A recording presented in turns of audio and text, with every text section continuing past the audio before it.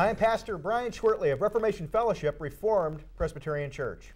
And I'm Pastor Stephen Pribble of Grace Orthodox Presbyterian Church.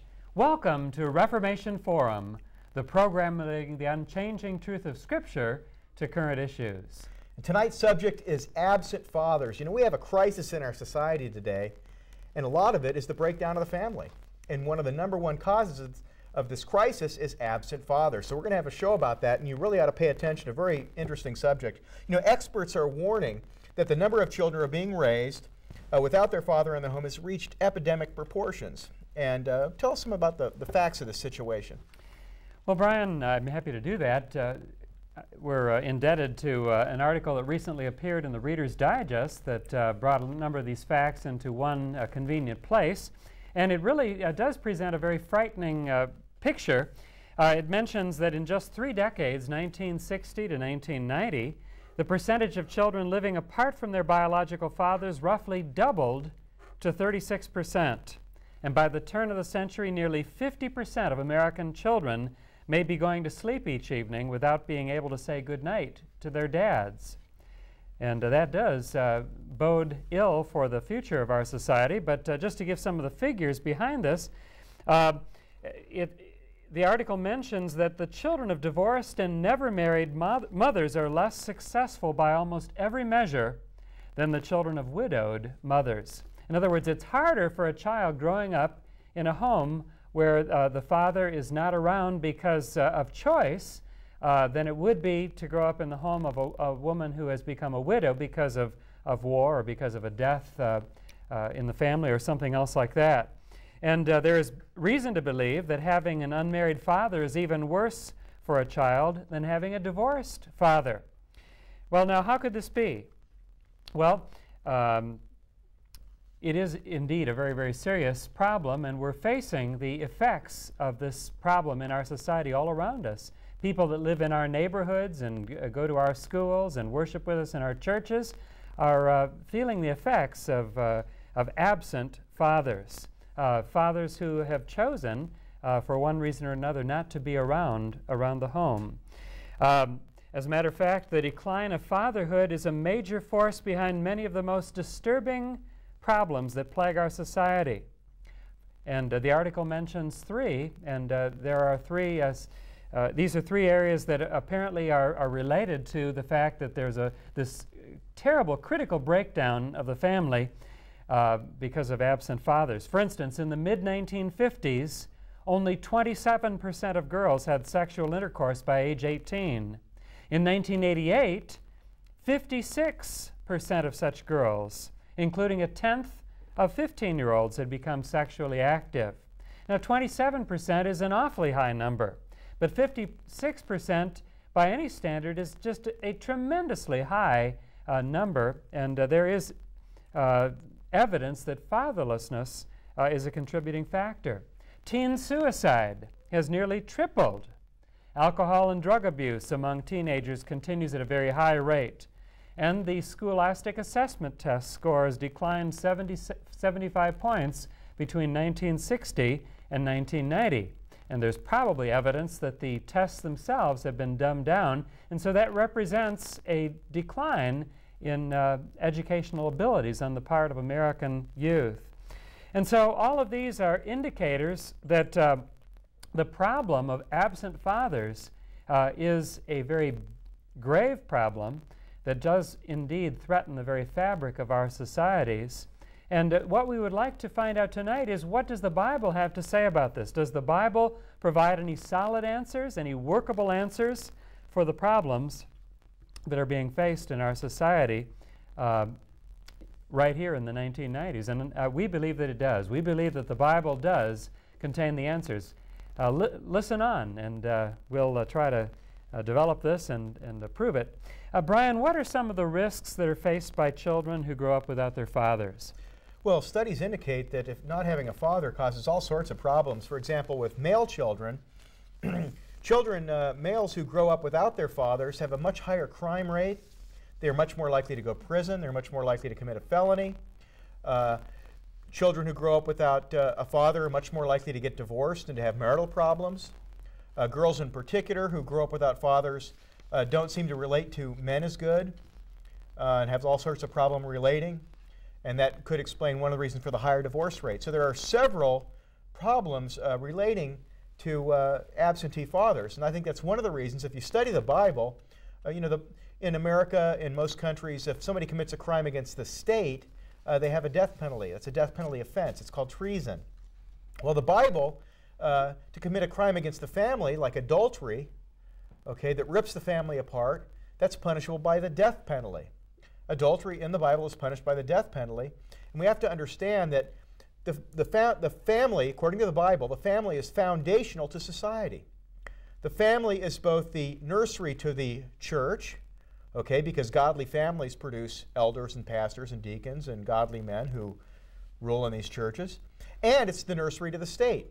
Okay, it trains people to be good citizens and to be good government leaders, okay? Not like our present leadership where we have a liar who occupies the White House and has people come in and have coffee and write out checks and all that. No, we're talking about in a biblical society where you'd have godly leaders who really believe in the Bible and keep the Ten Commandments. So the family is the nursery to the church and to the state, and when you don't have fathers, okay, who the Bible clearly says is the leader, it causes all sorts of problems, because can you imagine a country without a leader?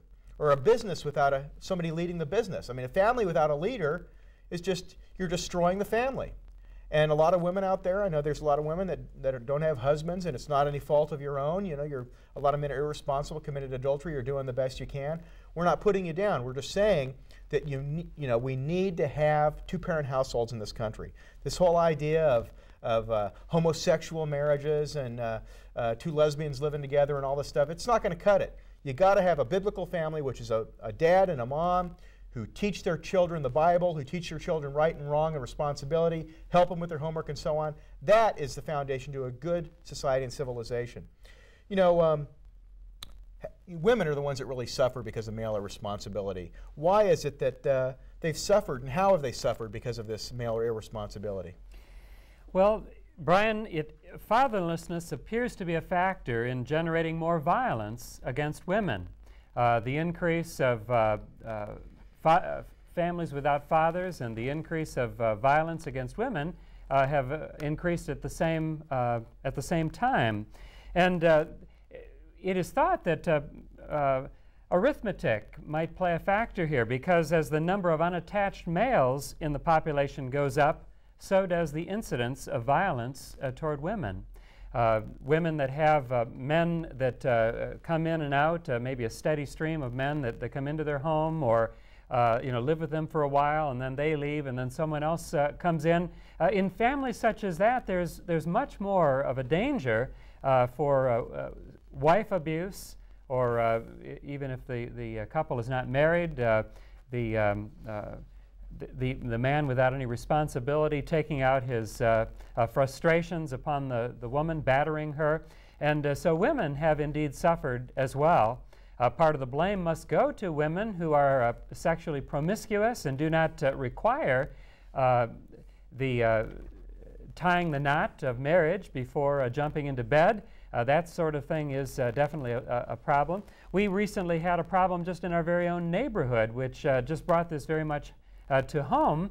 Just within a block of our house, there was a very tragic circumstance just not too long ago where a man had been living with a woman, and where he grabbed her daughter and stuck a knife to her throat and stabbed her in order to somehow get some sort of influence over the woman that he was living with. And so women have suffered as well. And this is all evidence of really the breakdown of what is the key building block of society, which is the home. God intended that the home would be a sanctuary, a place where God is worshipped, a place where the children are brought up in the nurture and admonition of the Lord, a place where parents are role models, examples before their children, a place where a godly order is established, where the father is the head of the wife, and where the wife responds to her husband by submitting to him, and where the father and the mother together bring up the children in the nurture and admonition of the Lord. where the father takes an active role in that. In many families today, the father has absolutely nothing to do with the moral training of the children. He leaves that up to the wife, or worse yet, to the television set, to the public schools, which are the academies of whoredom in this country. And all of these are problems because of male irresponsibility. Men tend to be naturally irresponsible. They need the socializing element of marriage. And marriage is not just a good idea because man thinks it's a good idea. It's ordained of God. And we'll have more to say about that. But you know, Brian, there's something else that is a factor here, and that is a very tragic thing, that government has exacerbated the problems in the home. So how has government exacerbated the problem of absent fathers? Oh, the government has played a crucial role in destroying the family in this country, and it's just amazing. The tax laws penalize marriage, the divorce laws, which are, I mean, easy, no-fault divorce, and probably worst of all is the welfare system in this country. The welfare system has just destroyed the family, and especially the inner-city families, because what does it do? What does it do? It penalizes marriage. You know, what we have is a situation where women are rewarded for acting like prostitutes and fornicating like wild beasts and having illegitimate children. The more children you get, the more checks you get. And fortunately, we see some states starting to stop this. But you reward fornication, you reward sexual immorality, and if she gets married and the guy's working, they take the welfare away. So what do?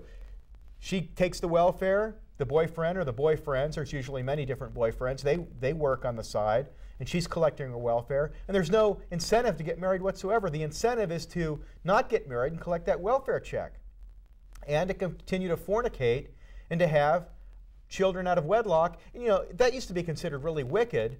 Fornicating was considered wicked, and having children out of wedlock was just considered unthinkable, and the word for it is bastard. It was a very terrible thing to have a child out of wedlock and not have a father and not have the father's name. That was considered absolutely terrible for centuries, for thousands of years, and now it's accepted. And the government has legitimized it and made it an accepted thing. And these women, they get pregnant and they brag about it now, and they think it's a wonderful thing. We should immorality should not be rewarded. When you subsidize immorality, immorality is going to spread. When you penalize responsibility, when you penalize godliness, when you penalize morality, and you penalize the family for sticking together, you're going to, you punish. It's crazy. The government policy is crazy, and the welfare policies. It's ironic that the left-wing people, the people that are in favor of welfare, the socialists, the statists, and the welfare statists, they've done more to damage blacks and minorities by far than anybody in history, except maybe for chattel slavery, okay? They have just ripped the family apart through these crazy welfare policies because they don't teach people responsibility, morality, leadership of the husband, leadership, marriage. It's just the government policy is horrible. And then, of course, you get the public school system where people are not learning how to read. The teachers, many of the teachers are a bunch of leftist wackos. And it's just, you go to public school, and Heather has two mommies. You're taught that relativism, ethical relativism. You're taught that it's okay if you don't get married and fornicate, just put on a condom. You're taught all kinds of crazy, it's okay to have anal sex between two men. It's crazy. Our country's just falling apart, and the government, the civil government, is not doing anything to help. They're just hurting matters more and more. And things have degenerated so bad that we've re-elected a president. I can understand Clinton gets up there and he lies and lies and lies and pretends he's a conservative and gets elected once.